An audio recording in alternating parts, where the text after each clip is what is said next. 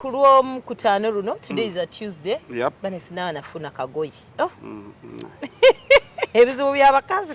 Tugenda Irene Nambiru ali at Serena Hotel. Please come out and support her. Table y'abantu 8 million 3. Tickets za mitwalago kuba tulina free eza free eza 15 zaweddeko. Ate kyoba omanya tickets olina zigula online ogenda nyiga mu simu yo wali mu www.mookh.co.com rather then ogule ticket yo kubanga ku gate tibagenda kwanga batundako tickets so by Friday botaja na ticket ngeri online togenda kubanga accessing a show and I don't want to come here on Thursday and say that the tickets are sold out or on Friday rather yeah so please come out and enjoy Irene Nambiru. Okay, nga 25 tugenda kuba ne the third National Prefects Conference and Sebunya yagitegese drugs apana so ku Hotel Africana bagenda kuba bajinyura ba prefects ku biragala then we bana amaliza ba prefects baddeyo babulire banabwe then ngenda kuzomwe abagula internet ya 5G Katende Joseph akuinstalingira internet mu makago ku somero lyo ku dwaliro lyo wabeera abantu abangi ya 5G eri unlimited osasula emitwalo 12 package etandikirwako package endala zezo zolabaawo olusasula osasula leero ng'enaku z'omwezi 23 bakusalako nga 23 teri nti ate mwagikozesezza nnyo neggwako internet ya Airtel kube namba y'essimu eyo bagiba ku installing installation ya bwerere wonna wooli okwetola eggwanga lyonna ajja kuba akuterako wa internet we yagali mu ssomero mu laboratory mu organization zonna mukubire essimu Gravity omutujju embaga ya Isima ne Amina naku z'omwezi 7 omwezi ogwa September ajja kuba ku Cricket Oval ne dates endala nga bwe zigobereraawo so kubata emitwalo 2 Gravity omutujju tugende tumuwagire ebisiga Madden Somano tweet. Yeah, she's called Michelle. Jemba dendo bedeko.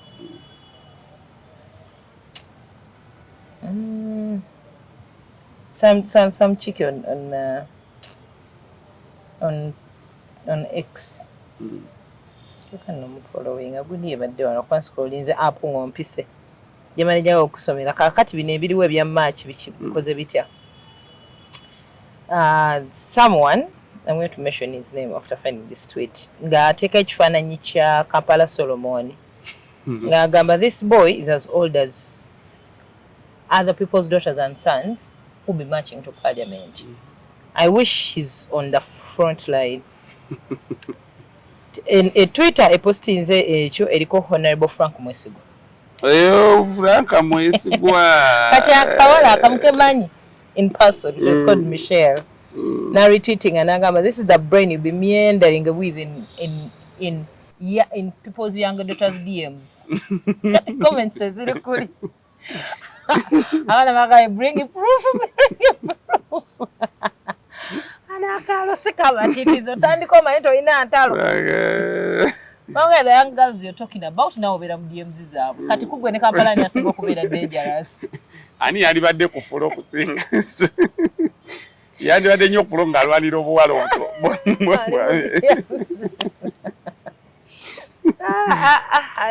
wano wetulaga you don't start wars when you sleep in a glass house okitegedde andi bwewa ekyokufiirwa olina kinene kubaga like you said yesterday this Gen Z tebalina kyakufiirwa they don't work they don't have children they don't have properties already embera gye balimu ebatta whether basigaddeyo babavuddeyo so they don't have anything oba omusibye batwala eruzira ejja kujjula oba like kuba ne wabadde ebweru abamu nno bakugamba eri no waliyo kawunga k'obwereere I was watching akakalenzi kekani ketaka chicken nga Alan yakatyaziza nga ruzira nofuna kamere it is guaranteed you have to eat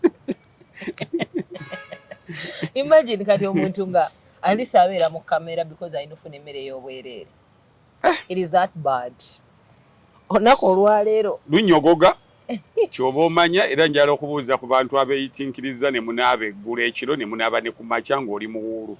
olugezigezi olwo oli singo simanyi kikyoweragaaragamu nakyo oli singo kyekyakunaabiriza eggulu ekiro ne ku makya n'onaaba oli singo olwo olugezigezi obudde obusinga okunnyogoga ne mwebaka nga bunnyogoga and you wake up nga it's still cold awomaya bwannyogoze okitegedde so kati ne tubabuuzaako basingo how pan system how is life byatambudde bitya ayina ke bagamba single people how is life essaawa ejjo wakati w'essaawa 11 n'essaawa 4 ez'ekiro scrolling Ania who is marching to my parliament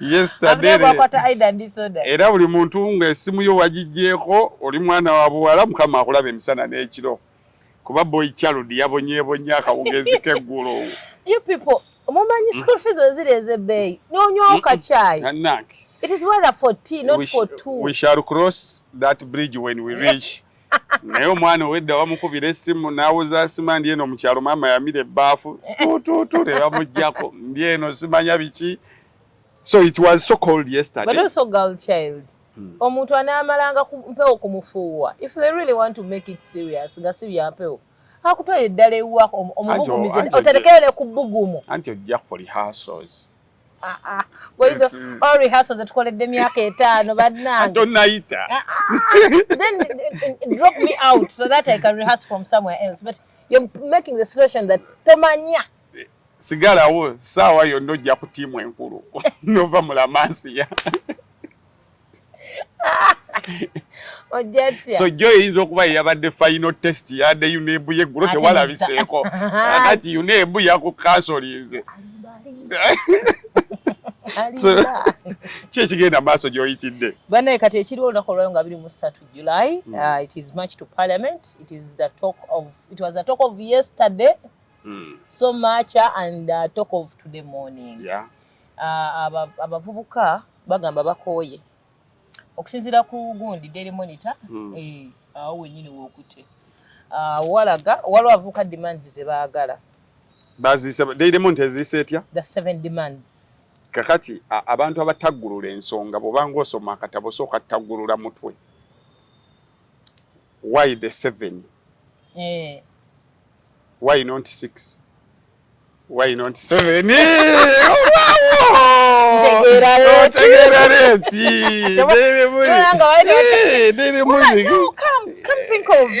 Daily Monitor gambye the 7 demands bye baagala bigende why not 6 why not 9 kati singa dda tubira bigezo singa nali maze fuluma examination room nagamba yabo omutuwe yetise kino so kye baagala the 7 demands zirina okgenda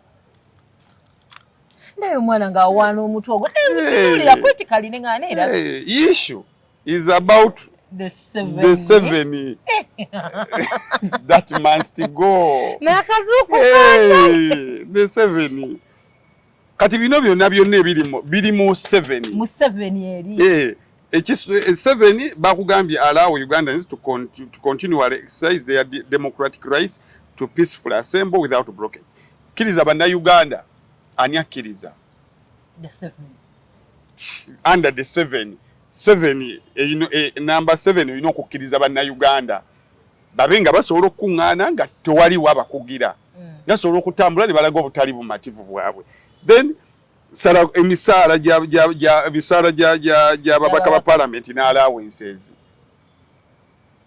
ani agisala ani ayina enteekateeka asobola okuteekamu n'aga abasebo ne bannyabo kati ntugambye auditing the lifestyle wano gundi yali agenda kutandika okuauditingawo ani IGG ani yamugamba era yamugamba ki ng'amukuba ku nsolobotto yamugamba waayo abantu abo bagende empola kubanga oyinza obbatiisa sente naye ne baba nga bazibba bazitwala bweru ani lipooti zonna bwe zeetooloola bwe ziti abavunaanyizibwa abasinga okuexhibitinga extravagance lifestyle ani abavunaanyizibwako eyo eri awo Number 4 member of parliaments involved in any corruption scandal should resign bwogenda mu ripooti zonna ezibadde zivaayo ez'abanoonyereza bakugamba abantu bonna abenyigira mu buli bw'enguzi beekweka mabega waani.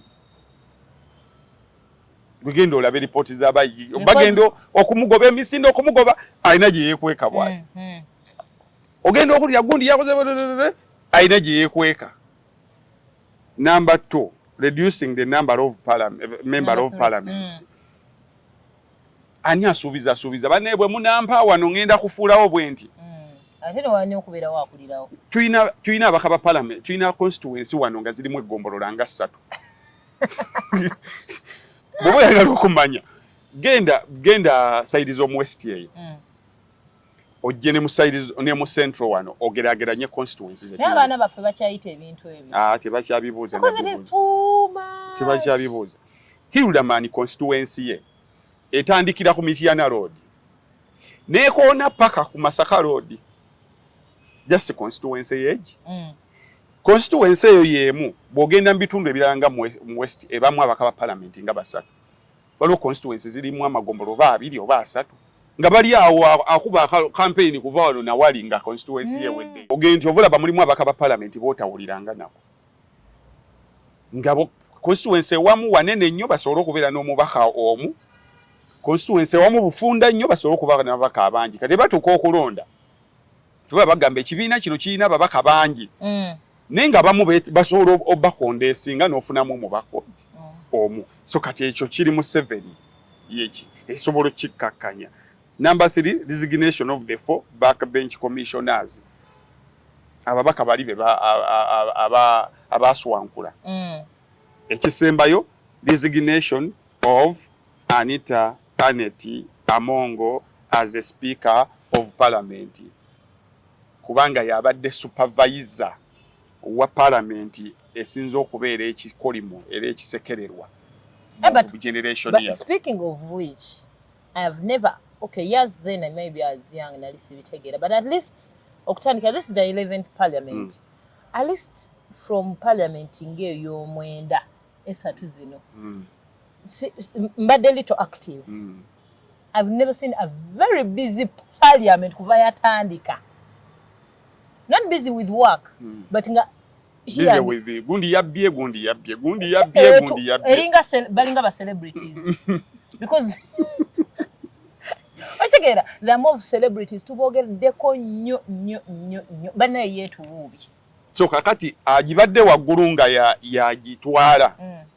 Bw'oba tonnamugoba 7 ezo ziba tezirina kye zigamba. To the extent ye yennyini supervisor waabwe n'atuuka okukwata akazindaalo. N'agamba ssebo ne bannyabo njogeddeko ne President yani? Museveni. N'agamba ensonga zammwe aziwulidde, okukaaba kwammwe akuwulidde. Omuntu bwabba tekirina buzibu kasita ajja n'akola ki? N'agabana namwe. Eyo statement ya Aaron under serious countries. Tanzania ku Sunday Samia Suluhu yagobye baminisita 2. Minisita omu ekyamugobezza Samia Suluhu agezezzaako nnyo wansi wa Chama cha Mapinduzi okulaga nti she's more democratic than anything. Era okusiba ba opposition n'ezimu ku sanctions gundi ziyali yateekawo Magufuli nga tannafa. Yagenda abijjajjawo. Era agezaako okwa-accommodatinga waliwo n'olumu aba opposition lwe bagambako bagenda ku machinga. Yeye yennyini n'agaba police temubakwatako. Ne bamachinga ne biggwa. Era n'akola changes. Omubaka wa Parliament era si mubaka bubaka y'omu ku basinga obuganzi mu kibiina kya Chama cha Mapinduzi. Yagambye kalulu nno ke tugendamu omuntu yenna n'akawangula kijja kusinzira kwa kabala nani yamulonda. Meaning yabadde implicating a president nti akalulu akaddako agenda kakwatamu. If you win is it agenda kuba akabbi. Gayi bamugobye yakanyize kwetonda banne nabadde ensaaga banange it was a joke. Nga bamugamba it was a dangerous joke. Comedy store sanyusa abantu n'amugoba. Kakati ffe tuyina eggwanga ewali speaker wa Parliament. Amasiga gali 3 government kweyimirira executive, judiciary ne Parliament. Speaker waabwe yagamba tekiyina buzibu bw'obba ssente kasita ojja n'ogabana n'abantu. Wano mu lifestyle audit erinnya lye libadde nnyo mu question mark okuva lwe twatandika. Ebintu byalaga bibadde nnyo under question marks. Teriyo yali amukutteko. So kati ebyo byonna ogenda okubimaliriza nga the 7 must go.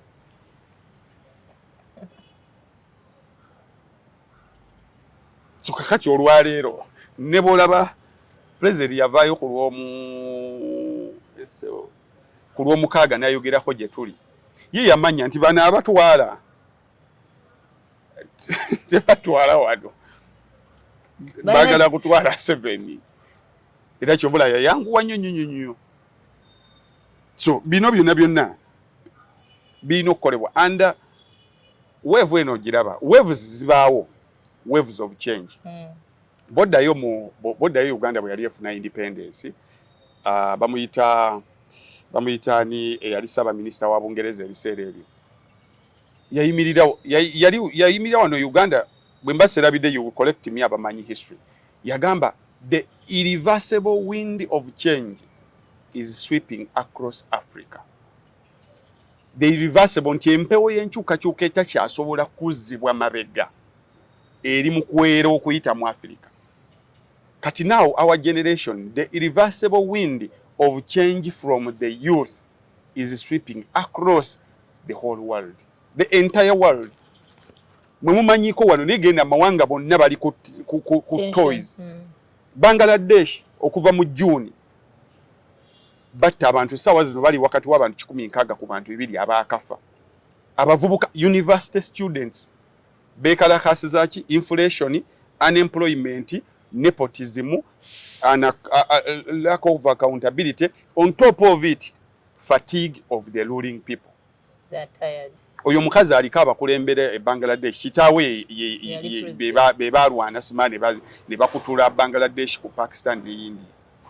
Ne byakola bye bakoze, muwala we najja n'atwalamu n'avaako n'amala n'atwalamu. Yakafa fuga emyaka 20. President aliko bo bayine enkola, president abawaggulu abanga kifaananyi. Kakati bagamba banne tekijja kusoboka mususse. Kati on top of that, bakomezaawo ebiri ebintu ebyasimanya abalwanyi. Omanyi abantu beddabo bayine emboozi buli bajja n'akunyumiza ebyedda. Amugamba musajja kati mbadde nsaba kabere mukazi buli omujjukize nnyo awo n'enkuleeta awo n'enkujjawa era awo n'enkujja. Anagamba bannaye tetujja kuddamu ebyo, oluyimba tuluyimbye, wanzijayo kale tweyanzige maama, kati tubeere ku ekyo. Kakati obanyumize Bangladesh, abanyumize abaana b'abalwanyi tebasobola kubeera nga basaba emirimu gye gimu nammwe, balina okubeewawo liwe babeere nga bo. Abavubuka bagamba ffenna tubeere katwenka nabo bamale lwana ofuna priorities olinga ogamba nabo bagende balwane. So bakoyeza emboozi enkadde. So that irreversible wind of change from the youth is sweeping across the entire world. Challenge weri abavubuka bayina the common factor across all nations. Kyokka n'abo bakulembera bayina common factor, they reply with violence. Ku kitebe kya Nob kati goloze kyo ebyakoleddwa bikakkanya oba byongera kavu. Entwala ye batuttemu zaake bali bayina ekitebe kyabwe we bakolera emirimu gyabwe egy'ekibiina, tebali mu luguudo, tebali. It is gazetted office like. Yeah. I think it is a political party registered mu mateeka erina okukola emirimu gy'ebyobufuzi. I think I'm the stupid person. I'm wondering if as the police zaake bwajja nayingira mu ofiisi yaabwe kale mugambye kuba abaddewo bagamba poliisi bagiye ku nguudo and all that. That is the bigger picture gye twazi kusena lunaku olw'eggulu. Ayingire mu ofiisi yaabwe. Ayingire mu ofiisi yaabwe. Nezirina Zedriga ayingire. Kuba bagamba bakolera wano. Ffe tubeere wano tukuume. Bwe bayingira munda bakola emirimu gy'ekibiina, ekibiina kibeera ne press conferences. Boogirako eri bannamawulire, bannakibiina b'NRM abavubuka bayogeddeko eri bannamawulire. Did anyone interrupt them?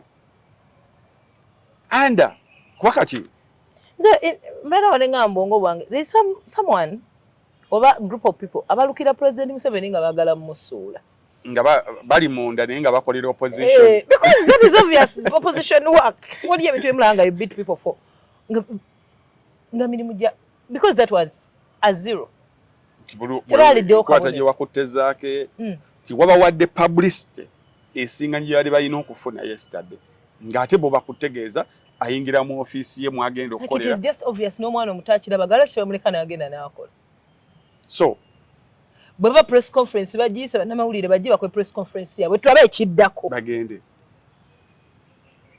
then obakwatire mu mateeka nti bali ku nguudo babano bakasuka amayinja bakola ki exactly. So yesterday police mu butamanya ekolera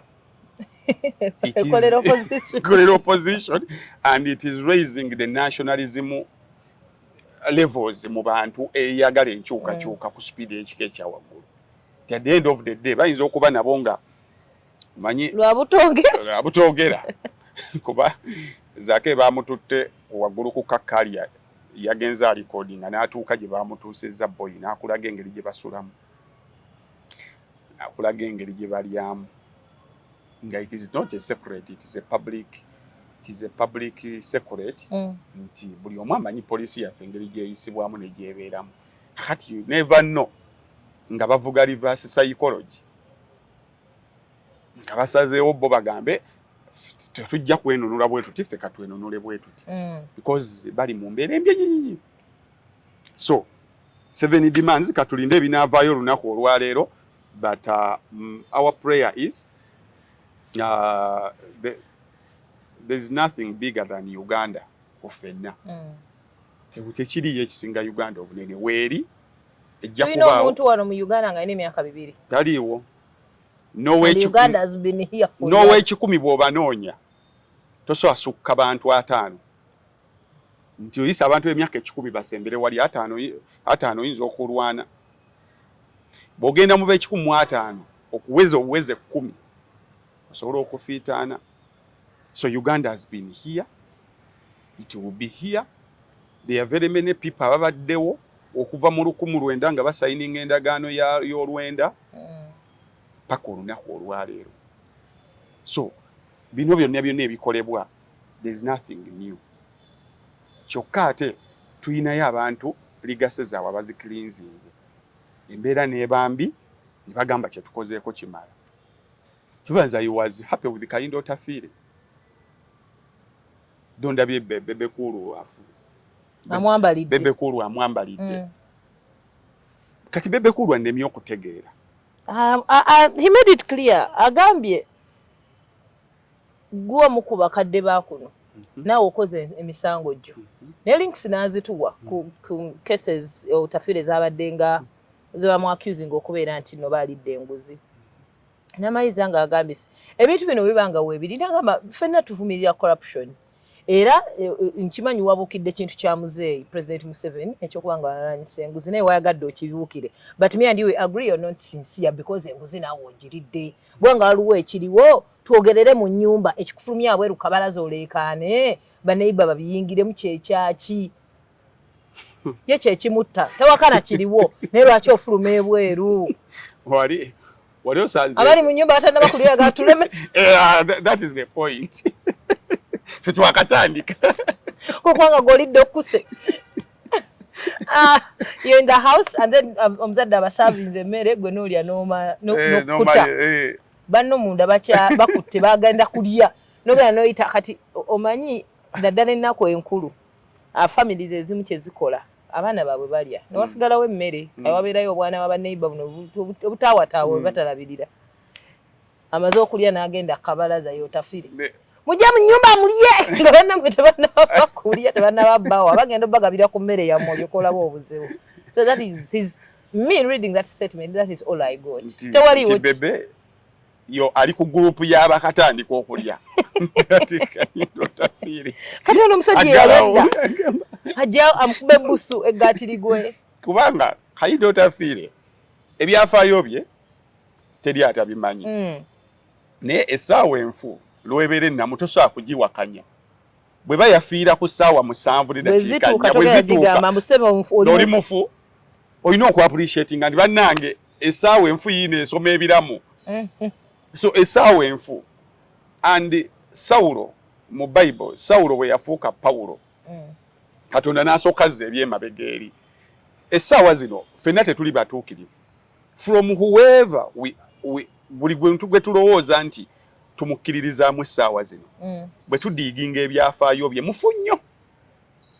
Bonna kabeere bannaddiini. Era munnaddiini gwe gw'osinga okukkiririzaamu bw'onoomuzza mu byafaayo bye okuva nga muto. Tabadde straight. Yabba kunva ayina ebintu ebyo yakola paka lwe yayingira seminary n'ebiringa ebyo. Okitegedde? Kabeere whoever gwe gw'olowooza nti omukkiririzaamu. Kakati ate n'omukyamu aliwo essaawa zino. Era naye yabeerako omutuufu. Kakati the current situation bw'ogipimira ku oli kyayogedde essaawa zino obutuufu bwakyo obupimira ku bukyamu bwo obw'emabega. You're losing a point. N'obutuufu bw'omuntu bw'obupimira ku by'emabega. You are losing also a point. It's okay tulabe argument kati oli kwekwata ku bisubi. Situation at hand yagambye eki. That's why I get even bitter. Omanyi omulimu gwe tukola ogw'abannamawulire. We are not supposed to be okay, you can be political, but you're not supposed to share a side. You are not supposed to be partisan. Kati ekisinga okunnuma abantu politicizinga kye kigenda mu maaso. Kati inze hafi bwe nvaayo n'enjogera ku buli bw'enguzi nti ikibi nnyo. Oli opposition. Like, I don't know how I can make this clear, but it hurts. Nti mulaba ebigenda mu maaso nemugenda mudole n'otwala omuntu nga eddagala teri. Oli wansi n'ateekawo bakwefuune hafi banuupu apologies. Amazima ga Katonda ddala eddagala mudole gyeriri. Nze kennyini nkwadde ekyokulabirako nti nabadde nnoonya omuzigo ewaffe gyembeera ebuziga amazima ga Katonda kwefu ennyumba. Era abasajja bagambirawo mwe temulina ssente Abannayuganda twagala Eritrea n'Abasudan.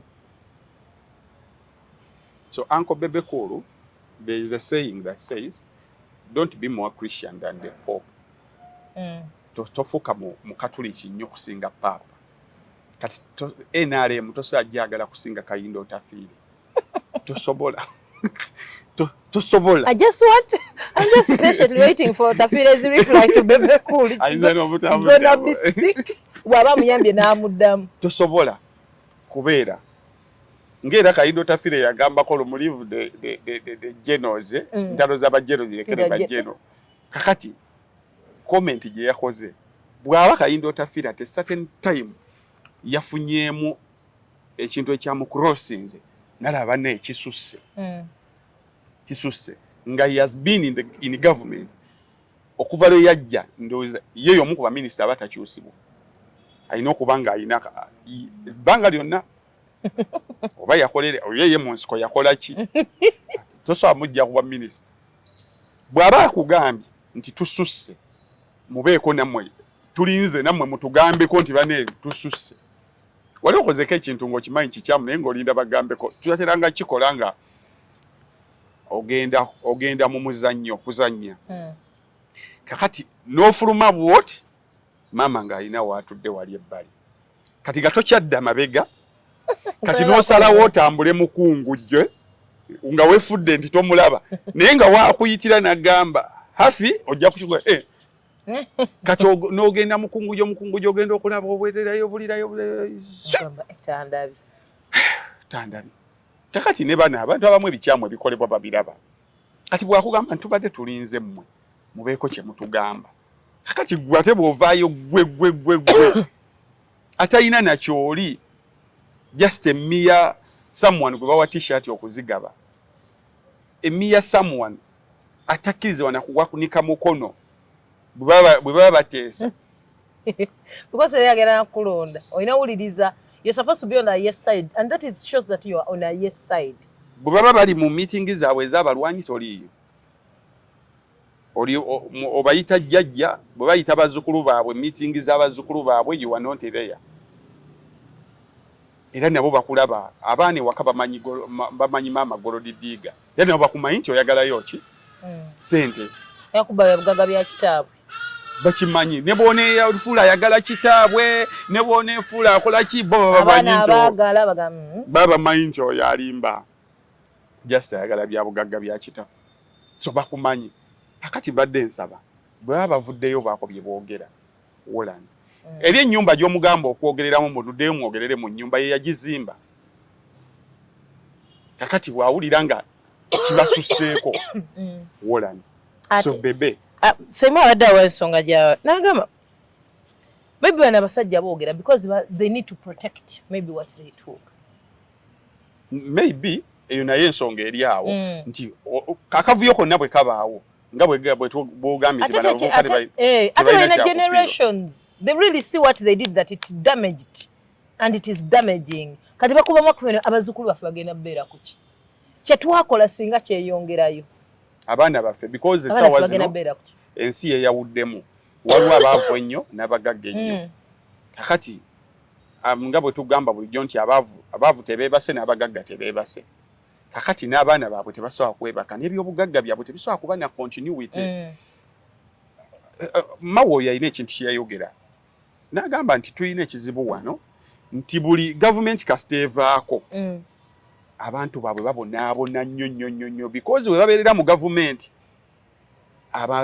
abafugibwa babakyawa nnyo n'akuwa ekizampo obukulembeze bwakwatako ewaabwe Obote bwe baavaako banoonye obugagga bwabwe tebwafuna continuity obasangawo ku Uganda awo siwe bali awofunangako obudde n'oyitawo oba n'oyambukayokko ewaamiini beeyagalira emyaka 9 bwe baavaako banoonye kakati n'agamba oluyimba terusobola kubeera bwe rutyo bbanga lyonna oluyimba lulina okuba nti bali bwe bavaako basigala beeyagala then abalala ne bakwatamu oluyimba bwe lulina okubeera era nalabye Ruto yalonda kabinenti empya ku Lwokutaano kabinenti gye yalonda ate naggwayo yalondako batono naye ku luno profile zaabe yalonze owulira nga yalonze on merit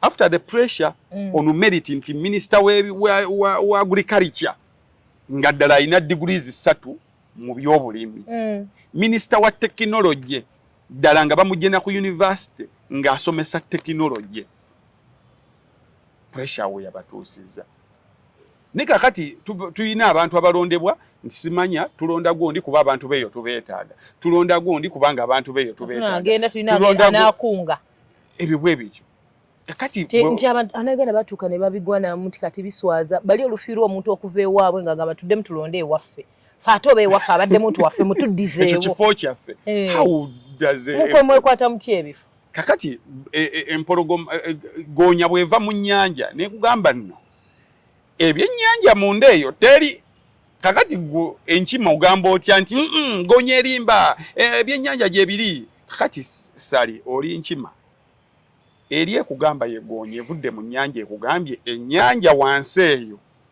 tabbunjereere mbadde nsaba mwami Sali obeere ku Holland gavumenti eno egwabamu ku buyinza kyenagirabako obwekimpatiira neekulowoozesa nti naawe olina kyogamba wali obaddeko ewantu bagagga batera okukikola agenda n'azimba wooteri ye yakawumbi yabuwumbi nga 3 kati engeri gy'oli munnamawulire nakkubira kwefa ogamba otya wayi soko gy'olaba akantu kaffe wano ke twazimbye n'akuyinkuludingamu mu kantu kaabwe tebakoze eki soko gy'olaba akantu kaffe n'otuukayo bwoti wayi kati omanyi kati eno wooteri yammwe wonna wonna kyoyagalanga ojja buzzi wano hoteri yammwe kati wano we mujjanga okunaabira wano esawuna yammwe wano kati somehow ogenda oveeyo owulira nga ina sense of belonging oyagala goba abakozi owulira kakati ate nno bw'ojjawo emirundi ng'esatu n'omugamba omukozi nnooli byeyakozesa abitegedde n'amuboggolera n'owulira nga alina shares but reality kicks in dedde lw'oyagalawo ekintu nagamba ojja sooka okubira omugagga after some time osuzeewo nnyo oba osuzizaawo nnyo abantu yayiterwa kickinga in nga advertise okusalako nga gwe okuba takyakwata tomanya no hoteli eno teyali yange just baatutwalira wamu akati bebe wali eri mu kuganti ekintu kyaffe muganda wange tuwali bwaba kitaawo bidandi ekintu kya yatuuka n'akyesonyiwa nadde ebbali akati obuwayo so saagala akatebe ko maaso mwe baakuteeka nga balinda omugole omutuufu kakulowooze nti gwe mugole mu kwanjula balina ekintu kye bakola basooka ne bakuteekawo wali eri ekikuteesaawo kusooka kujjawo bibamba ogwe mu madagala agatakwata buli madagala buli jasi era gwe baataddeyo bagenda okuyita omugole omutuufu nga gwe bibamba omaze okukola ki obijjawo kakati ow'ebibamba towa mateeka. Thank you very much, Uncle Bebeko. Thank you. Entitlement kifo ky'omumaaso kyeweetaddemu bangi bakyetaddemu kitata wano yeeteekako mu kifo ekyo eky'omumaaso nga se baduumira n'abasirikale ng'aduumira SFC waliwo yagamba mukakkane president n'aduumira emmotoka za president. Wow. Emboozi gye yaggwera bwe yali nga akomandinga bo bennyini bwe basobola okwekyusa ne beesiba gwe benoonye bonna beekyusa ne beesiba kakati olwo gwe taata kitawe abasajja bakwata kale kayibula ono omusajja Ddulalu yakuba akatayimbwa yani oyo omusajja what is his name bwemumutegedde Ddulalu yakuba akatayimbwa waliwo omusajja wano recently bamuwandiiseko mu Sunday Monitor Kanondo Hura yali aduumira CMI ng'akoze emirimu gye bulungi nnyo mu kutta Kaweesi n'akola okunoonyereza yali anaatera okukwata abatta Kaweesi okusinziira ku ye waliwo emisango awo ejjajja ne bamugulako emisango simaa biki bye yakozesa obubi ne bamuggalira emyaka 6 nasomye story eri yagambye nagenda okuvaayo ng'abaana bange bamu bagenda bweru nga sikyasobola kukakinga apu nabo nga sikyalina ssente nga there's totally nothing kyeyali yasigaza paka luvannyuma nnyo ndowooza President Museveni ne yeekubamu mu kifuba n'amukubira ku ssimu n'amuweerezayo ku ssente n'emisango ne bagidropinga ne bamulitayalinga n'emmagye n'agamba kati naddamu obulamu nziramu ntandika butandike. But that guy genda omusome mu Sunday Monitor Kano Ndahura osome story ye akati bwe basobola bo bennyini okwekola ebyo wolani Uncle Sally olugwanayina yadde batoni wolani kakati nsi yatuuse emagere ng'agoba enjobe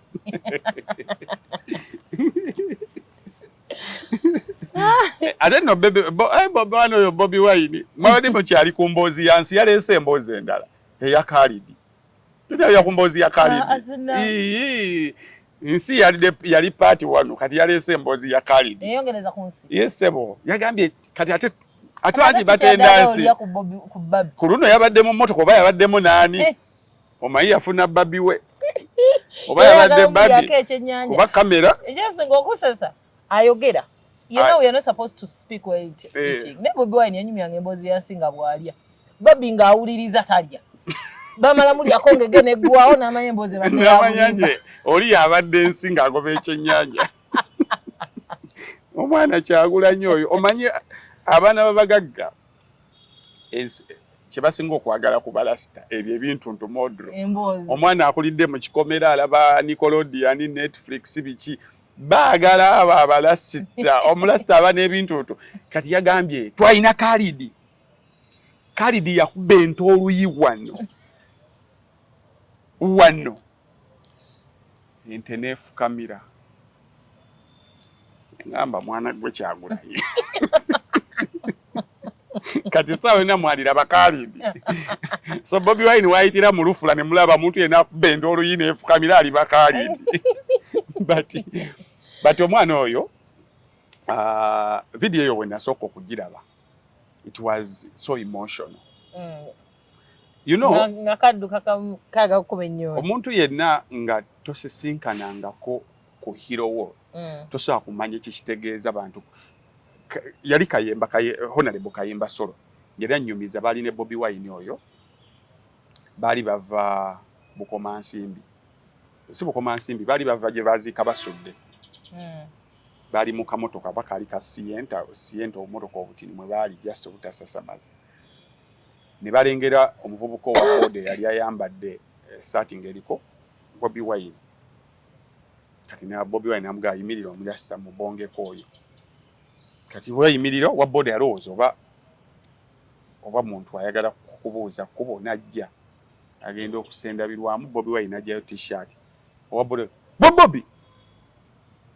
yadduka emisinde bakanda kulinda boy teyadda aika yatuuka eyo bana abanyumiza ndabyo omuzimu takati mubato sinkananga ku hero wo ayiri nambirwa ayina omuvubuka gwe yanyubi omuwala gwe yanyumiza mu zino interviews ezazijjakola tiye yakuba ennyimba ze nga tamanyi kikitegeeza kubeera celebrity nerumu aba ayina wayimiridde ku supermarket yali obaagula na bikinga bubeeraawo omuwala n'amulaba bw'ati omuwala n'afreezinga omwana n'atandika okukaaba kati nga ye tamanyi oba nagamba obonaayo oba mulwadde oba kiki kati utaye buli muntu najja nga akizuula luvannyuma nti ono ekimukaabye ye yali tamanyi nti omuntu asomulaba n'akaaba kakati bwe bulamu abantu bwe bayitamu You really because ate saasira abantu nga bo bwe bulamu bwakuliddemu twali tukola shoza Lydia nga tuli eyo mu kyalo ne malo genda ku stage biki kati mu shoza mu kyalo we usually be part of the viewers kwate wabawo byamayi byakola so nga tudali mu maaso batutegekeddewo omwala najja nga asaba bounce atuuke wendi omubuuzaako yagwa mu kipangolooza nta ng'amaziga gakulukutako obukulu kusinenga twekera kigambo n'ekyo babounce ne bajja bamugjawo obujja bamunzijeko nemwamba kiki nkwagala nnyo sobola kumanya olaba ne comments nga oli omwana abeera gabuga I wish I can meet you one day naye sasobola kumitinga n'ebyokugamba nakutunuulira bw'ati yes so kirala nnyo kiralamu omwana yadduka emisinde ndoza n'atuuka mu lutima negumuga Bobi Wine ajja kulowooza ekyokudduka tekimala kannyimbe n'okuyimba waliwo abandaba gwe wali olabyo ampimba mu kkubo ndoza yagamba okudduka Bobi Wine ajja kulowooza ndi mu kusaaga kannyimbe n'okuyimba anti yali ajja kuyimba alubaamu ngezi baba mutayimirira natuuka neŋŋamba kati vidiyo etambula neŋŋamba agenda omugaa sokompeeyo omutwalo sokompeeyo Bobi nyinamu ebizibu n'amugamba lasita soka ogimpa ey'amaanyi kakati ekyo nkigamba nnyo abantu eyawaadi ogiraba eyo tesindika nga togisabye teri induced like naawe oddeeka n'ogamba bwewaba ensi yonna yankyawa ninayo nsi anfiirako so nkigamba nnyo abantu you can't be a good celebrity if you've never been a fan. You can't be a good celebrity if you've never been a fan. Nti abantu kyobulaba ba celebrity okujjako ng'atandise kuvaako waliwo otuuka mu maaso eyo celebrity status kati neekuyingira then n'otandika okubeera n'oteekawo gaapu y'amaanyi wakati wo n'abawagizi naye bw'oba okyali soba nga wali obaddeko fan osobola okutegeera buli muntu kyayitamu nti owa booda bwakuyitako kwafu omudda mulungi jebale nze waliwo abantu abatakyatambula nange kunkuba gyenkuba muzijjambo kwefu so that genuine love tejja overnight ejja one abantu ba wansi ebasinga obungi mu nsi nno yonna teri gy'ogenda kusanga nsi nga abantu bawaggulu basinga obungi kebere Switzerland gye tuwaana era abantu ba wansi bano bebasinga obungi kati buli muntu aliriretinga n'abantu ba wansi ogenda kufuna genuine love kuba waggulu eri wabbowa waggulu eno gye tulaga wabbowa waggulu waliyo people nga muli mu status yemu ate muli batono Muri batono buli omu alwanira space ye, buli omu alwanira attention. Waliyo nga ye tali famous nenga mugagga. Of course fame yanja carrying amanyi manji okusinga obugagga. Ozina bagagga basasula. Era kiruma abagagga ekyo. Neto wena kyakiko it is in nature. Bakisasulira. Kati kye bakola kwe kutukuŋŋaanya batulabise. N'abakuŋŋaanya hafi kwefu ani at least bamulabe nti olaba. Yadde bali balina erinnya naye nze Kagujje. Yabakuŋŋaanyiza n'abali wa ddina. N'abawayo ku majja. Kye Brian White bali bakola bonna abafuna ssente. Kuŋŋaanya bakamiiri. Ensi at least ekulabe nti bakusinga erinnya. Naye wabakuŋŋaanyiza. Waggulu wali gwe Kagujje. Kati eno waggulu gye tuli wabbowa. Nnyo nno ky'obola ba depression obwennyamivu bw'amaanyi nnyo waggulu eno okusinga wansi. Okumanga that it is very funny. Nze waliwo abantu wetweyitako n'abantu. Kati ng'oli asubira ogenda mubuuza naye n'ogamba sigenda mubuuza naye ambuuza. Kati mwena mwagala kulaga maanyi power. Kyokka eri wansi eyo mu bansi oyo yabadde adduka. Storage money. Bote bafaayo bakulabe bakwagala. I know. So kati waggulu eno buli muntu eyeesibayo wabbowa. What depressing. Waliyo abantu batono kuba abantu be muli mu status yemu muli batono kuba bw'okuŋŋaanya ba TV presenters abawala. Okimanyi muleka temusukka 20. Benyinza ogamba nti hafi abasobola obbajjaamu bali ku level yemu. Ne 10 ndabika ntutte wala. Muyinza okuba nga bwe mube 10 bwe bangi nnyo muli ba 20. Bemusobola otuula awo ndi hafi Florence Nampijja Keza Diana Nabatanzi Tashi Baby then ogenda ne mu TV ezendala nobaga nti tutuule mu level nga tuli mu level yemu ate era ne mwabo bemmenye era ojja kusanga nga era muli mu category waliwo category gyogamba setola nono nze ndi wano waggulu yadde ffenna batulaba ffenna naye byenkola biralamu omulala agambe yadde byenkola biralamu naye yadde ffenna tuli mu level yemu naye byenvuga biralamu so akutula ne so akubanga nvuga bino nga bo bavuga ebyo ne batuloza ntuli bewamu omulala agambe omusajja wange mulalamu siso akubanga inze wendi musajja wange ali bino ate kakati eno waggulu ndabika nayoka nendabika oli naga nyambala hii ne mujoga muteka mutya category kakati ogenda okumaliriza nga abantu bokka balina okuwa emirembe be baboyi ba boda boyina okupakinga ko n'omugamba kyali wange ogamba ne bakunyumiza ebiboozi nze mbeera nnyo emaje nakunyumiriza ennyumba gye nafunye ekyagintwasizza feesi anti yabaddeko abantu 3 nga nagivaamu alina gwagireetamu beebana kati bulooka wange ye n'agenda nabbirako bali anti bagobye naga ennyumba yaffe ejja kusulako sere kati ye yabadde yaga mala bwe tumala we bati oclearinga bangamba oddawa nzira kibi yanga kai tusuleko wali embozi etandikira mu motoka ate bategede mu nkulako ku TV nimanye ennyumba njojo gitutte tingena sura mu yawe kati ogenda nti kola nga gundi ogenda ku resume ye anti omuntu ajja bloka Amidu nonfunira ennyumba gushi nfunira ba hafi onyumiza gwe hafi omanyi oku TV wano twali ffenna wano awo nga mufunira ennyumba kati ate gwe ngambe gwe ogenda kuzira apartment safi we kwasula tebazita hafi kwasula apartment za hafi wali wolaga kati buli muntu lwana nnyo obeere n'abantu abo babeere babbulibo nga it's purely genuine toyina goteka mu simbi data kuvuma abantu toyina nze ebintu nagamba nze ebintu byesagaze WhatsApp groups smart team hafi let someone be there love me genuinely sagala ebyo ate olumala ne bagenda ne bavuma abantu ne bagamba ba hafi ebyo berayo onjagale like also comment yo mutungo laba eri genuine ngo mutulaba akwagala genuinely you pray for us we pray for you basically ekyo kye twagala tewali kirala so nsi yagobye enjobe nagikwata Bobi Wine good enough life changes omwe Katonda ine ebintu byakola you never know when yo kyova mbagamba nnyo birala byonna bireke lwano sigale ng'oli mulamu you never know when your time X will come. So time X for that guy came mungeri eri unknown. Do you know status kati Bobi Wine jaliko? Ze Bobi Wine mumanyiddeko ebbanga. Naye ekuva we yatuuka mu okay namulabako ko nga member of parliament na meetinga kokko. Naye kuva yava mu position nali simu meeting angako. Nali simu meeting angako. Nedda mu meeting ku show ya Fefe Bus. Naye nange nalinga atamulabangako. Do you know how many abantu ab'obuvunaanyizibwa but because abakola appointment yoku meeting Bobi Wine kati? Naye mulasa mu meeting de mu seconds 2 ku nyondo yokka bweti. Nyondo.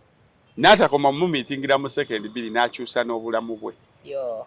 Nti essente olaba ezo sente ze basindika ku simu y'oyo omwana. Bw'anaabanga Katonda kwe kwagala kwe, obulamu bw'oyo omwana tebugenda kudda mabega. Yeah. Kuba abantu bamunoonya bamuweereza sente kate Bobi Wine n'akukolera ekyamakulu kuba kati Bobi Wine oyo bakyamuyita nnyo omukodo.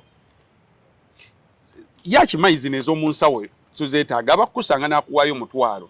Naye yategedde nti omwana ono bw'omuleeta mu light oba omuggulidde bwe kyonna ky'anaatunda kitunda ne bana audience yange bwe mukasukayo oyo mwana ku simu yalina okubanga essaawa zino ne bw'afuna bufunyi miliyoni ezi n'agenda eyo mu kyalo kyewabwe n'agulako poloti ya miliyoni 2 asobola ozimbako akayumba n'atandika obulamu unless nga n'abeera ng'oli waliwo omuvubuka Leza Blade anyannuma Leza Blade bw'oba walabako vidiyo ya Bobi Wine nga bakola biri ebintu bya reality show kubukedde waliwo omuvubuka Leza Blade yajja mu auditions.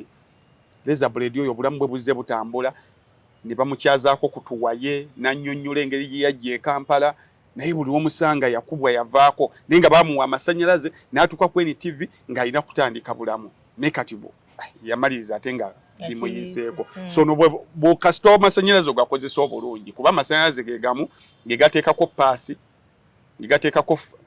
n'ekwokya ge gateekako faani n'ekuwa empewo ge gateekako ettaala n'ekuwa ekitangaala. So oli ye masannyalaze kati gwe wagala okugakuwa gw'omanyi kyokakola ki yovula abagamba nnyo gundi nga yagamuwa nga teyafuuka kino yagasanako gateeka paasi n'atagijjaamu neeberako neegetinga bandi so buli omu yamanyi bw'agakozesa oba agakosa kamyufu ne gookya ennyumba z'abantu. So katusabe olunaku olwaleero naawe omukisa gukutomere. But also have a good heart. Tomanyi Katonda wanakuggulira. Just be pure in everything you're doing. Don't pretend, don't do what. Ebisigale byonna Katonda yamanyi enteekateeka zo. So nsi it's our prayer. You're welcome. Nawe Katonda akutomeza omukisa gwo. Naffe twesabira oba otambula awo n'ogenda ogwa mu muntu bulijjo asalawo. Gwe man, all opportunities gwe kwefuza tufunye ng'olabira ddala. Wadde tokisuubira but Katonda yakikoze. So wake up, va mu nyumba, beera ku bbala. Tulaba tetuva ku bbala tulibeerako. Nze olunaku ngamba nnyo abantu nze sikkiriza nti olunaku luwedde paka nzikonya essaawa 6. Ku ssaawa awo 5 n'eddakiika 55 ey'amaanyi evuga naga kwefu oliwa omusajja ali wano oli bulijjo gwonoonya. So tokkiriza. Don't commit suicide. Don't give up. Waliwo oluyimba lwenjagala oluyimba lwetogguzzaawo leero Sumulula omuvubuka amuyita Kid Q n'omumanya simulabango naye nawuliriza oluyimba lwe baluyita teri kuzikiza. It's my song of the month.